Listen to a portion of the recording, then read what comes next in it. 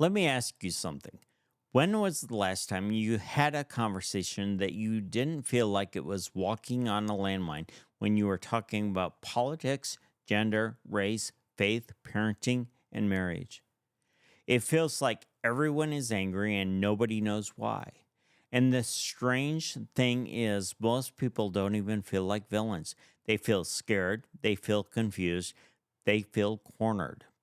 So tonight, I want to slow it down and ask a deeper question. Why does everyone seem so hostile? Not who's right, not who's wrong, but how did we get here? And here's the uncomfortable truth: we're living in the most confusing cultural moment of our lifetime. The rules, they keep on changing, the language keeps changing, moral standards, they also keep changing. And worse, they're changing without explanation. So, what was normal 10 years ago is now offensive. And what was celebrated 5 years ago, it's dangerous. And what you're allowed to say today, it'll probably cost your job tomorrow. And when people don't understand the rules, they don't feel curious, they feel unsafe.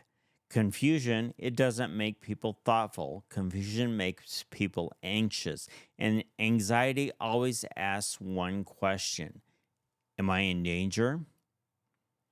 Fear doesn't announce itself. It doesn't walk in wearing a sign that says, I'm afraid. It shows up as defensiveness, suspicion, constant outrage, assuming bad intent, labeling people instead of listening to them. And when people don't know where the ground is, they start swinging wildly.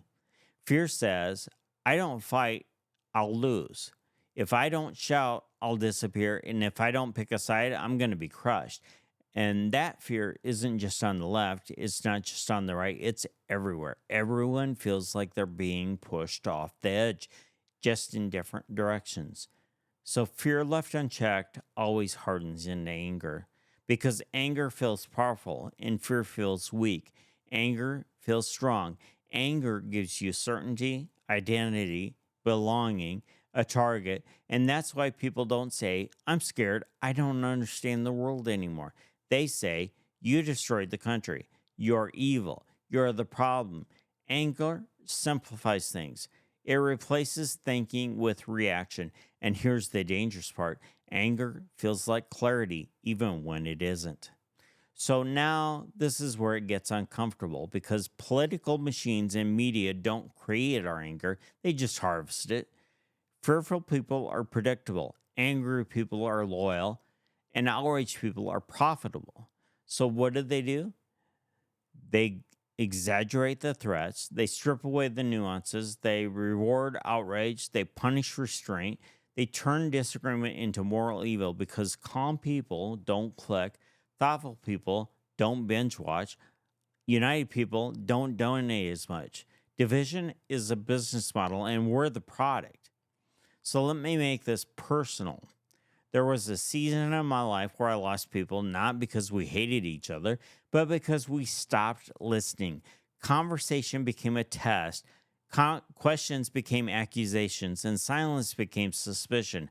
And when I learned the hard way, you don't lose relationships first because you lose curiosity first. The moment you stop asking, help me understand, and start saying, let me tell you why you're wrong, the relationship is already bleeding out. You're screwed. Division doesn't always explode, sometimes it just quietly starves. So, what do? We don't fix it by yelling louder. We don't fix it by pretending differences don't exist. We don't fix it by idolizing parties or platforms. We fix this by rebuilding something rare, and that's humility. The ability to say, I might be wrong.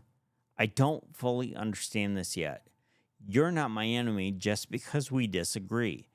That doesn't mean abandoning conviction. It means anchoring conviction in truth, not rage. We are angry because we're afraid. We're afraid because we're confused. And we are confused because the foundations keep shifting. But division doesn't have to win. It only wins if we surrender our thinking. If you're tired of the shouting, if you feel like the world is pulling itself apart, If you're trying to live with clarity in a chaotic time, you're not alone. And this channel exists for one reason: to slow things down, to think deeply, and to choose conviction over chaos. I'll see you in the next episode.